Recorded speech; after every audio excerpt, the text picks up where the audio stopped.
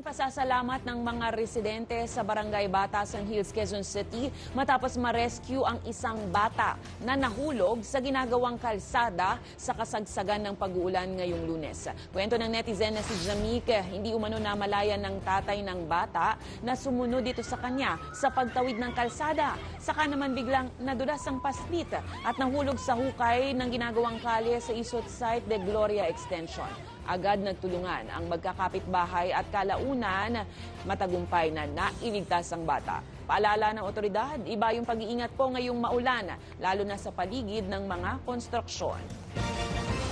Umabot na sa 45 million pesos ang halaga ng humanitarian aid na naipamahagi ng DSWD sa mga nasalanta ng bagyong Krising at Haba. Sa Indonesia, akhirnya berhasil ditetapkan menjadi bahasa resmi atau official language dalam Konferensi Umum UNESCO.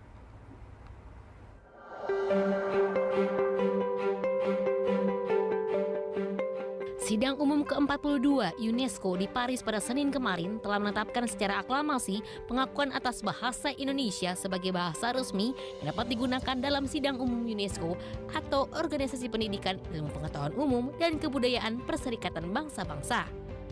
Bahasa Indonesia menjadi bahasa ke-10 yang diakui sebagai bahasa resmi Konferensi Umum UNESCO bersama 6 bahasa resmi PBB seperti bahasa Inggris, Arab, Mandarin, Prancis, Spanyol, dan Rusia. Serta 4 bahasa negara anggota UNESCO lainnya seperti bahasa Hindi, Italia, dan Portugis.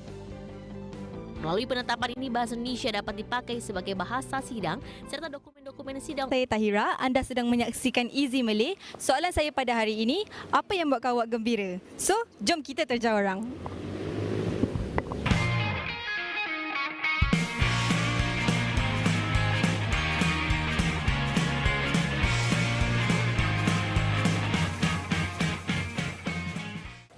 Apa yang membuatkan saya gembira? Okay, let me think. First of all, of course lah, untuk parents saya kan. So, dengan melihat diorang happy, apa yang saya boleh buat dekat diorang, mungkin itu adalah, bukan mungkin, itu sememangnya adalah satu kebahagiaan untuk saya lah. And then, I achieve my goal. Contoh-contoh yang boleh buat keluarga awak bahagia macam mana tu? Saya bawa diorang pergi bercuti. Itu for example lah kan. Lepas tu bagi diorang makan-makan, pergi makan-makan ke apa ke. Sangat happy lah tu. Alright, seronok lah macam tu. Okay, thank you. Terima kasih. ในสถาบันการศึกษาและคณะกรรมการอุดมศึกษากำหนดไว้ประกอบกับไม่ปรากฏหลักฐานว่ามีสถาบันอุดมศึกษาใดเคยขอให้สำนักงานปลัดกระทรวงการอุดมศึกษาก็ยังไม่เคยพิจารณาเทียบคุณวุฒิการศึกษาจากแคลิฟอร์เนียยูนิเวอร์ซิตี้และแคลิฟอร์เนียยูนิเวอร์ซิตี้ FCE นอกจากนี้สว.เกตกมลก็ให้ถ้อยคำว่าไม่เคยทำงานในตำแหน่งศาสตราจารย์จึงเป็นที่ยุติว่าผู้ถูกร้องมิได้มีตำแหน่งทางวิชาการศาสตราจารย์ตามหลักการและขั้นตอนที่กฎหมายกำหนดไว้ดังนั้นการที่ผู้ถูกร้องแนะนำตัวในการเลือกสมาชิกวุฒิสภาว่าเป็นศาสตราจารย์ดร.แพทย์หญิงเกตกมลเปลี่ยนสมัยโดยที่ผู้ถูกร้องมิได้ดำรงตำแหน่งเป็นศาสตราจารย์ตามกฎหมายของประเทศไทย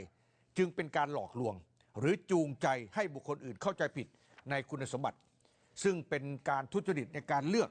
และทำให้การเลือกมิได้เป็นไปโดยสุจริตหรือเที่ยงธรรม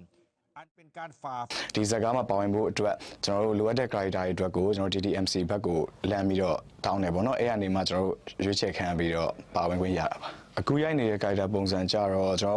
တော်လူငယ်ဆန်ဆန်ပေါ့ပနေတယ်ပြီးတော့နည်းနည်းလေးကိုစိတ်ထင်အောင်ကိုလောက်တတ်တဲ့ပုံစံလေးပေါ့နည်းနည်းအရန်မရိုင်းဘူးဆိုပေမဲ့ဒဇိုထိုးဒဇောက်ကန်းပေါ့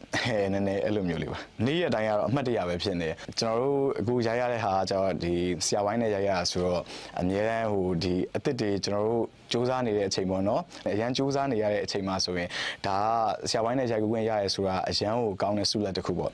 ကျွန်တော်တို့ဒီမိသားစုနဲ့ပတ်သက်ပြီးတော့ကိုက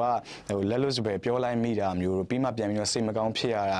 အဲ့ဒီမှာတချို့အရာတွေကပြန်ပြင်လို့ရတဲ့အမှားရှိတယ်တချို့အရာကျတော့ပြန်ပြင်လို့မရတော့ဘူးပေါ့နော်ကိုပြောမိလိုက်တာတွေကိုလုံးမိလိုက်တာအဲ့လိုမျိုးလေးတိုက်ဆိုင်တဲ့အပိုင်းလေးရှိပါတယ်အဲ့တော့တကယ် reality အကြောင်းအရာတစ်ခုရိုက်ထားတဲ့ဇလန်းတစ်ခုလိုဖြစ်နေတဲ့အတွက်တကယ်ကိုကြည့်ရှုရလဲ